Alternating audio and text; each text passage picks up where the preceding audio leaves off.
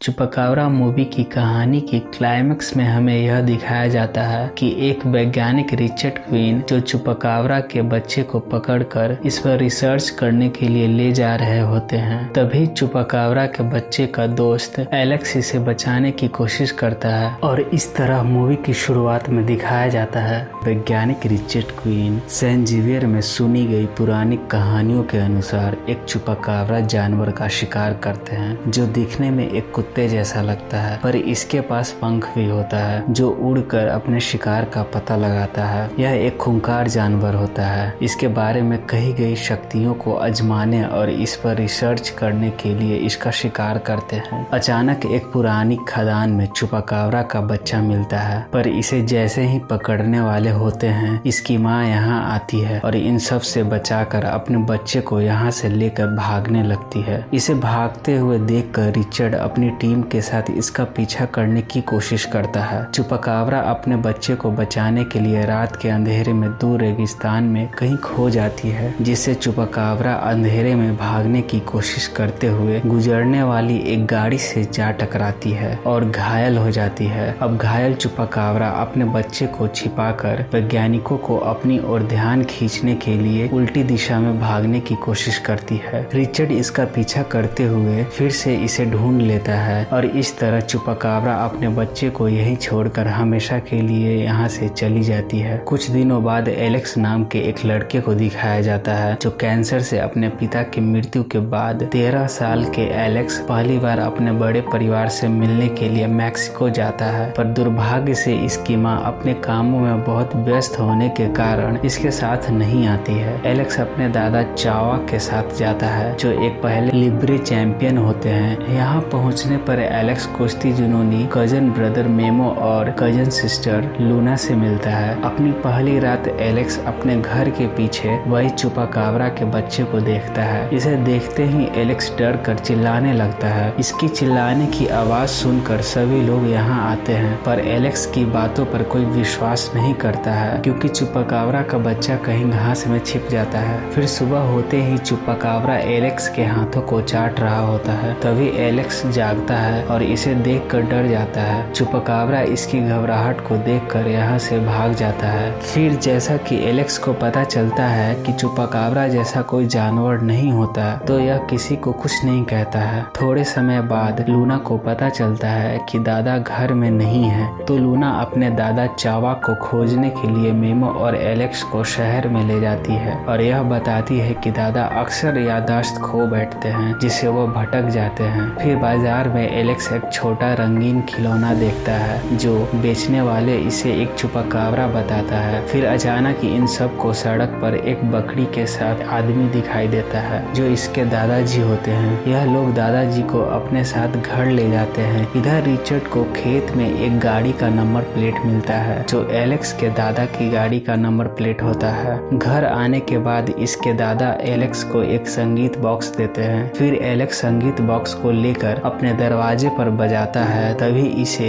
अजीब सी आवाज सुनाई देती है। एलेक्स जैसे ही पीछे मुड़कर देखता है तो इसे वही छोटा सा प्यारा चुपाकाब्रा का बच्चा दिखाई देता है। इसे देखकर एलेक्स थोड़ा डरता है और चुपा इसके करीब आकर बॉक्स को चाटने लगता है, जिससे एलेक्स को लगता है चुपा बहुत भूखा है। इसलिए एलेक्स अपने घर से इसके लिए कुछ खाने को लाता है। चुपा खाने को प्लेट को देखता है। फिर एलेक्स इसे खाने के लिए सिखाता है। कुछ समय बाद चुपा सीढ़ियों से घर की छत पर जाता है और यहाँ से एक बॉक्स एलेक्स को निकाल कर देता है। जो एलेक्स इस बॉक्स को खोलता है तो इसमें एक मरा हुआ चूहा मिलता है और इसे चूहे को खाने को कहता है। एलेक्स चुपा को मनाने के लिए चूहे को खाने का झूठा नाटक करता है। तभी बादल गरजने से चुपा डर जाता है, जिससे एलेक्स डरे हुए चुपा के पास जाता है और इससे वादा करता है, मैं तुम्हारा हमेशा ख्याल रखूंगा और तुम्हें तुम्हारे परिवार के पास पहुंचाऊंगा। फिर कुछ समय बाद एलेक्स सुबह उठता है तो खुद को अकेले पाता है। तभी मेमो यहाँ आता है और चुपा को ढूंढने लगता है। एलेक्स मेमो को समझाने की कोशिश करता है कि यहाँ कोई नहीं है। तभी अचानक चुपा यहाँ आ जाता है और मेमो इसे देखकर डर जाता है और चुपा को एक मॉन्स्टर बताता है, पर एलेक्स मेमो से कहता है यह एक प्यारा सा चुपाकाब्रा का बच्चा है। कुछ समय बाद लूना भी इसे देखकर डर जाती है और चुपा भी लूना को देखकर इस पर गुर्रा उड़ाने लगता है और फिर एलेक्स सभी को शांत करता है और प्यारा चुपाकाब्रा के बच्चे को दोनों से परिचय करवाता है। तभी इसके दादा यहाँ आते हैं और चुपा और इसकी माँ के बारे में कुछ बातें एलेक्स को बताते हैं। इसी दौरान अचानक यहाँ चुपा को एक बकरी दिखाई देती है, जिसे देखकर चुपा इसको डराने की कोशिश करने लगता है, पर एलेक्स चुपा को रोक लेता है और अपने पास बुलाकर इससे कुछ बातें करने लगता है। कुछ समय बाद चुपाकाब्रा को ढूंढते हुए रिचर्ड क्वीन वैज्ञानिकों को लेकर यहाँ पहुँचता है। एलेक्स के दादा चावा इससे बातें करते हैं, पर बहुत कोशिश करने के बाद भी रिचर्ड को चावा चुपाकाब्रा के बारे में कुछ नहीं बताते हैं और रिचर्ड क्वीन को निराश होकर मजबूरन यहाँ से जाना पड़ता है। पर रिचर्ड को एहसास हो जाता है कि चुपाकाब्रा इसके घर में ही छुपा हुआ है, इसलिए यह हमेशा इसके ताक में रहने लगता है। इधर एलेक्स चुपा से मिलता है और बॉक्स को बजाते हुए चुपा से अपने बहादुर पिता के बारे में कुछ बातें करता है, जो एक कुश्तीबाज थे। फिर कुछ समय बाद इसके साथ खलिहान की छत पर चढ़कर मेमो निडर होकर नीचे एक घास के ढेर में कूदता है और फिर चुपा को इसमें कूदने को कहता है, जिसे उड़ने की कोशिश करते हुए चुपा घास में गिर जाता है। इधर घर में चावा एलेक्स को एल पेरिको वर्डे का एक वीडियो दिखाते हैं। फिर चावा कहते हैं कि तुम्हारे पिता बहुत लड़ाकू थे, लेकिन कभी अच्छा कुश्तीबाज नहीं बन पाया। चावा एलेक्स से कहते हैं कि तुम्हें खुद को मजबूत रखने के लिए मुझसे कुश्ती लड़ना होगा, और एलेक्स के न चाहते हुए भी चावा जबरदस्ती एलेक्स को